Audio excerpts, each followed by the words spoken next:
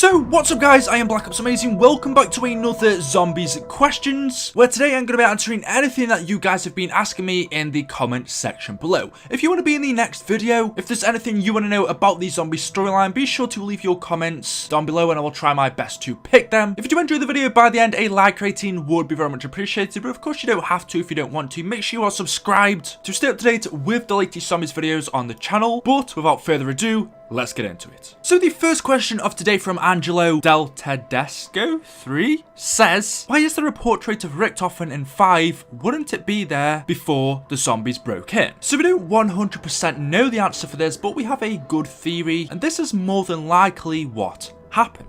So we know that after Samantha took control of the zombies and the zombie outbreak happened in Derice, everyone in Group 935 was killed and the group was disbanded. It was no more. And this now meant that there was nobody left in the Derice facility. And so because of this, on January the 19th of 1946, both the United States and the Soviet Union infiltrated the Derice facility. They went to the abandoned Derice base and recovered lots of different Group 935 resources. The US and the Soviet Union shared them and then took them back to their various research stations. And as we know, among this, the Russians had Richtofen's diary. And in this case, the US had a portrait of Richtofen. They also took a prototype of Maxis's ray gun, but once they had these, the Soviet Union then took them back to the Ascension base, and the United States took what they stole back to the Pentagon. And so that's why we see on the walls in the Pentagon a portrait of Richtofen. It is what the US stole when they went to recover items from the abandoned Derice facility. And that's also why we see the ray gun in the basement, we see it being taken apart, and we also see the base frame of Group 935's teleporter in the basement as well. It's because the US were experimenting with what Group 935 created and were trying to make a better, improved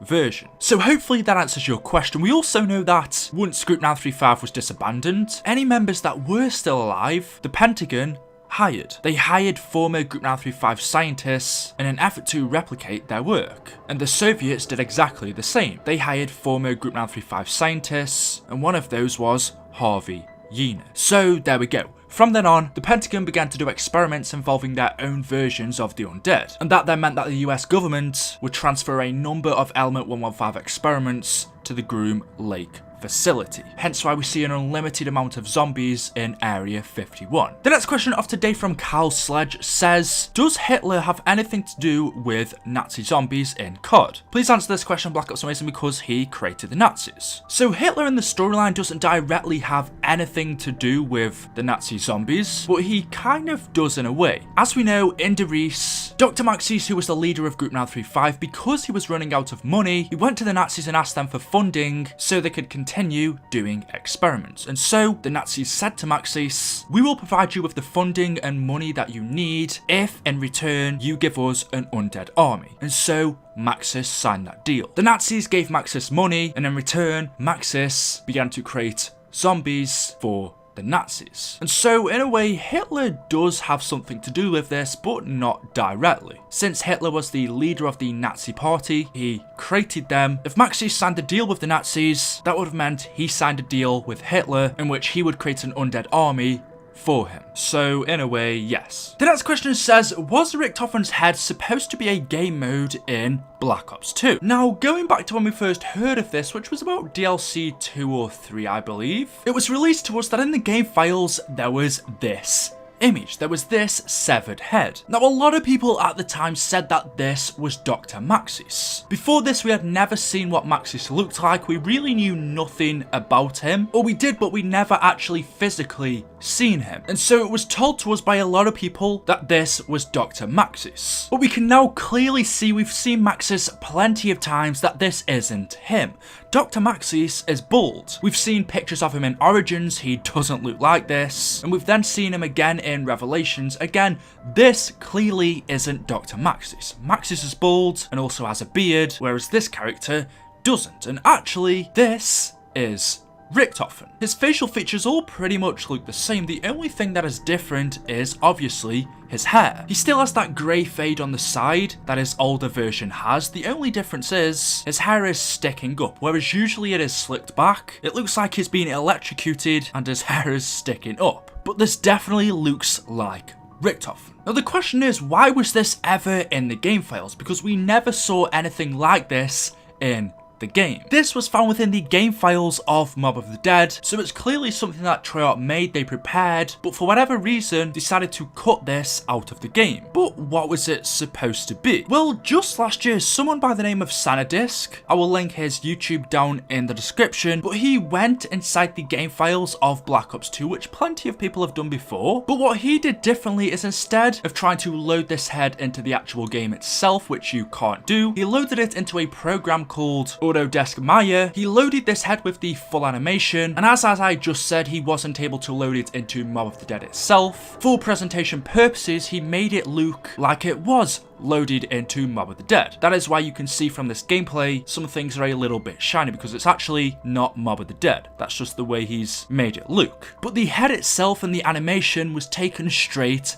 from the game files. He's loaded it out, he's rendered it all properly, and this is the result. This is what Richtofen's severed head was supposed to be. It looks like he was supposed to throw it, but then what happens after that, we don't know. It's possible that this could have been a game mode that was intended like the meat that we throw in transit, or we were supposed to throw in transit. There was this meat on Green Run that we were supposed to throw, that was part of a fun game mode, and then the zombies would be attracted towards that meat. So you could throw it at players or in a location and the zombies would go for it. I'm thinking that maybe it was supposed to be the same for Richtofen's head. You would throw it as a fun little grief game mode at maybe a different player or somewhere, and the zombies would be attracted towards it. That's possibly what it would have been used for if it was to make it into the final cut of the game, but clearly it didn't. You could also ask the question, was it possible that maybe this was actually intended for an Easter egg? With the way the animations are, I wouldn't have said so, but we knew that Richtofen did have a role to play in Mob of the Dead. Granted, though, it wasn't his older self as we see here. We knew that the younger version of Richtofen travelled to Mob of the Dead to collect the blood samples of Finn and Sal, and then once he had these blood samples, he left. But that wasn't before he told Stanley Ferguson, the guard at Alcatraz, that he needs to build a secret laboratory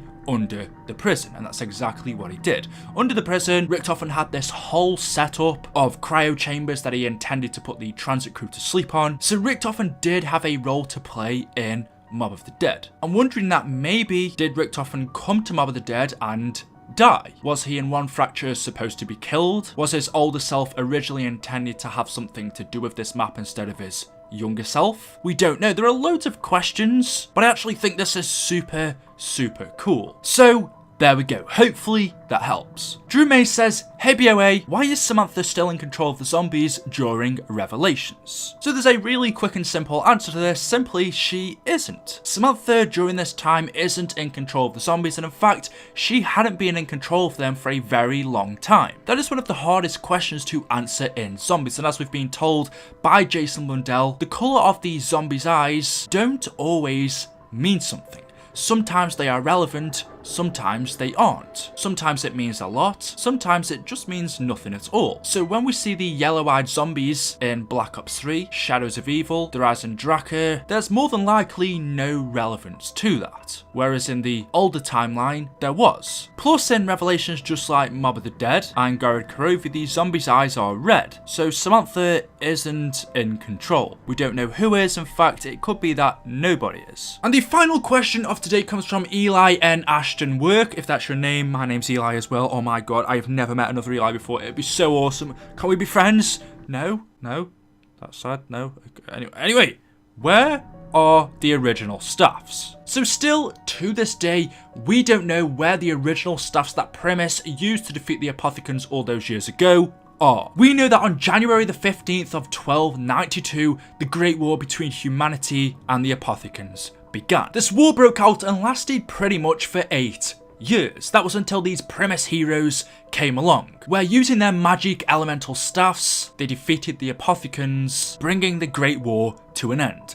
But after the Apothicons were defeated, the Primus heroes then disappeared. They told the Wolf King to build the castle of Der Rise and Draka, and then they just went. They left. And honouring them, the people at that time built them a memorial to remember them. They built it hoping that one day, if the Apothicons were ever to return, Primus would return and defeat them again. But these staffs that we see in Origins, as we know, those aren't the original ones that Primus used in 1299. Those are replicas. The Primus heroes took the original staffs with them, or at least that's what I presume, when they disappeared. So where are the original staffs? Well, they would still be with Primus. So whatever Primus did with those original staffs, we don't know. But anyway, there we go. That is it for today's video. Hopefully you have all enjoyed. As always, I love making these videos, answering your questions. So if there's anything that you want to know, be sure to leave your questions in the comment section below, and I will try my best to answer them in the next video.